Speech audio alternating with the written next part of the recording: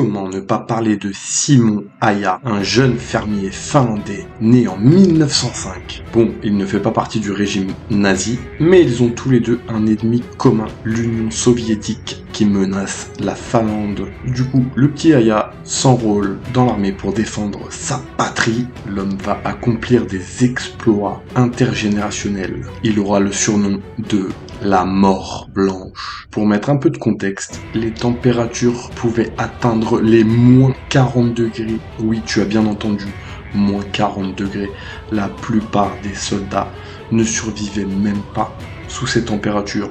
Le jeune Aya a les faits d'armes les plus impressionnants en tant que sniper de l'armée finlandaise contre les soviétiques. Son truc à lui, c'est quoi? Son truc à lui, c'est l'art du camouflage et un tir de précision extrême et inégalé. Vêtu de blanc, il se fondait dans les forêts enneigées. Pour lui, chaque détail était important. Le gars, ouais, c'était un maniaque. C'est pour te dire à quel point le gars était obsédé par la réussite de sa mission. Le gars comprimait de la neige devant son fusil, empêchant la poudreuse de trahir tous ses tirs. Mais attends, si tu crois que c'est fini, c'est pas fini.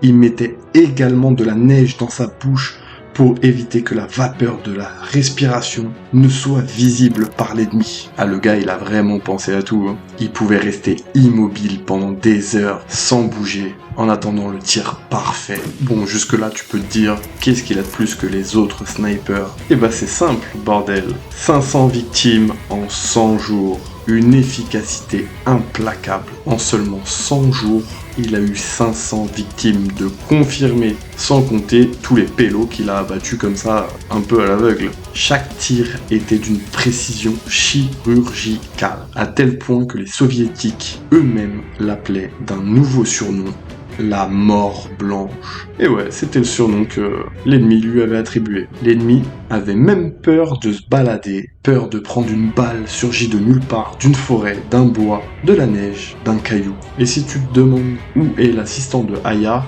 il a pas d'assistant, bordel. Le gars est vraiment vénère. Il y va solo. Il a pas de binôme, le gars. Il y est en mode solo. La plupart des faits d'armes de Aya se déroulaient principalement dans la région de Carélie, une zone densément boisée, à la frontière entre la Finlande et l'armée soviétique. Ces forêts étaient entièrement couvertes de neige, évidemment. Il y avait des arbres, ce qui lui procurait une couverture naturelle. Et là, t'es en train de te dire, qu'est-ce que je te raconte avec la forêt et les bois? Eh ben ouais, mon pote. Du coup, à chaque fois qu'il tirait, ses tirs étaient imperceptibles par l'ennemi, ce qui les rendait encore plus meurtriers. Malgré tout, le 6 mars 1940, Aya fut touché par un tir explosif qui l'atteigna en pleine poire, le laissant gravement blessé, le visage défiguré, ensanglanté. Aya resta inconscient plusieurs jours, mais son esprit combattant n'a jamais faibli. Son retour à la vie est alors vu comme un miracle par beaucoup de gens, ce qui renforça encore plus sa légende mythique. Après la guerre, Aya retourna à une vie de simple fermier. Il se remit de ses blessures et vécut jusqu'à l'âge de 96 ans.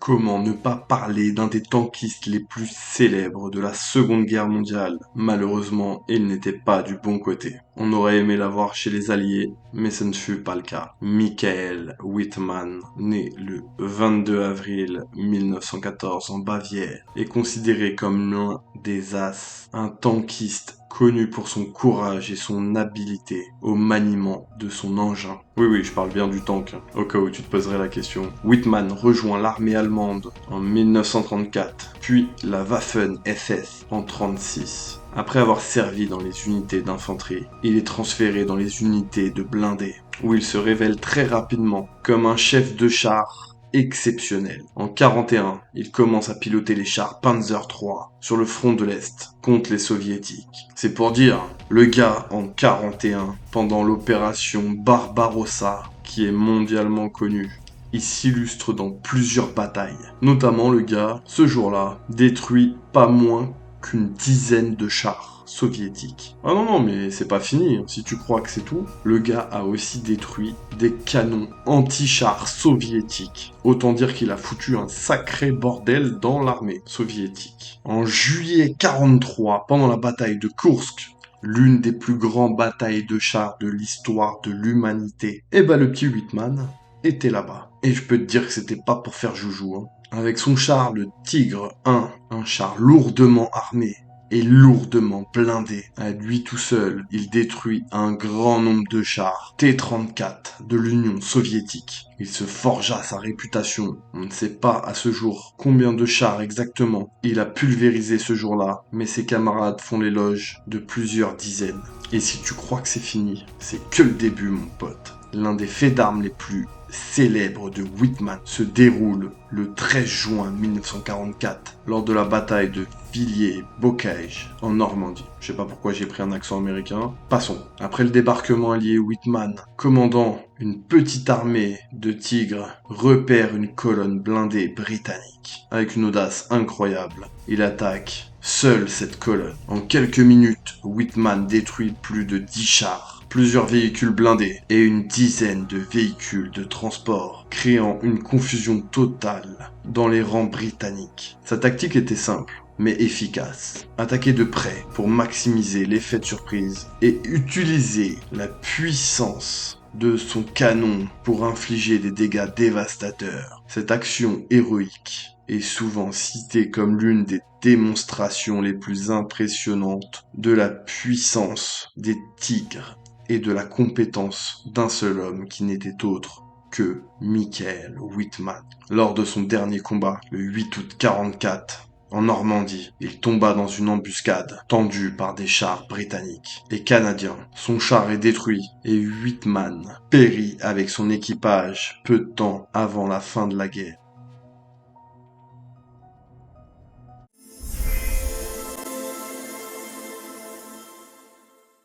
Comment ne pas parler d'Erich Hartmann? Bon, évidemment, il fait partie des forces du mal. L'as des pilotes de la Luftwaffe, né en 1922 en Allemagne, évidemment, il deviendra pour ses ennemis l'homme à abattre. Les Alliés l'ont surnommé le Diable Noir. Bon, ses petits camarades à lui l'ont surnommé autrement. Il a un nom un petit peu plus joli.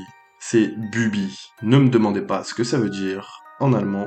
Je n'en sais foutrement rien. Crédité de 352 victoires aériennes en combat. C'est simplement l'as des as de l'aviation pendant la Seconde Guerre mondiale. Hartmann rejoint la Luftwaffe en 1940. Après une formation rigoureuse, il est affecté au JG-52, une escadre de chasseurs opérant principalement sur le front de l'Est contre les soviétiques. Son premier succès, il ne se fait pas attendre. Le 5 novembre 1942, Hartmann abat son premier avion ennemi lors de la bataille de Stalingrad. Une première victoire qui marqua les débuts de sa carrière extraordinaire. Sans oublier qu'il fasse partie des forces du mal, évidemment. Pour vous dire à quel point le gars était timbré dans les airs, il s'approchait de ses ennemis à une grande vitesse et à très courte distance avant d'ouvrir le feu. Une méthode qui augmentait ses chances de toucher et minimiser le risque de riposte. C'est ce qui lui a permis de détruire bon nombre d'avions soviétiques. En 1943, Hartmann atteint déjà son 150e avion abattu. Il devient déjà une petite légende, le gars. Pour dire, le 17 août 44, il abat 8 avions soviétiques en une seule journée, portant au total à 274 avions abattus. Cette performance lui vaut d'être décoré de la croix de chevalier de la croix de fer avec feuilles de chêne, épée et diamant, l'une des plus hautes distinctions militaires allemandes. Bon, juste pour dire, c'est un record inégalé, et surtout sa décoration est à nul autre pareil.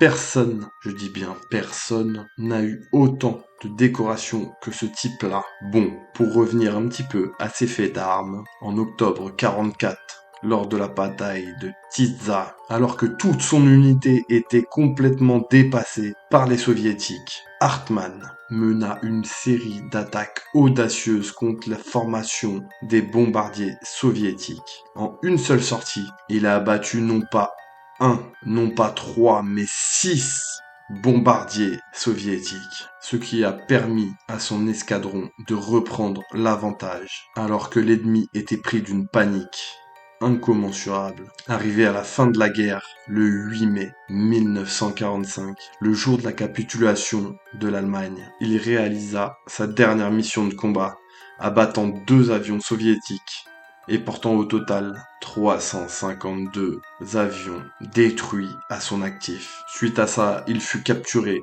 par l'armée soviétique et passa 10 années, je dis bien 10 années, dans un camp de travail de l'Union soviétique avant d'être libéré en 1955. Après la guerre, Hartmann est devenu instructeur de vol et commandant d'escadre jusqu'à sa retraite en 1970. Il décéda le 20 septembre 1993.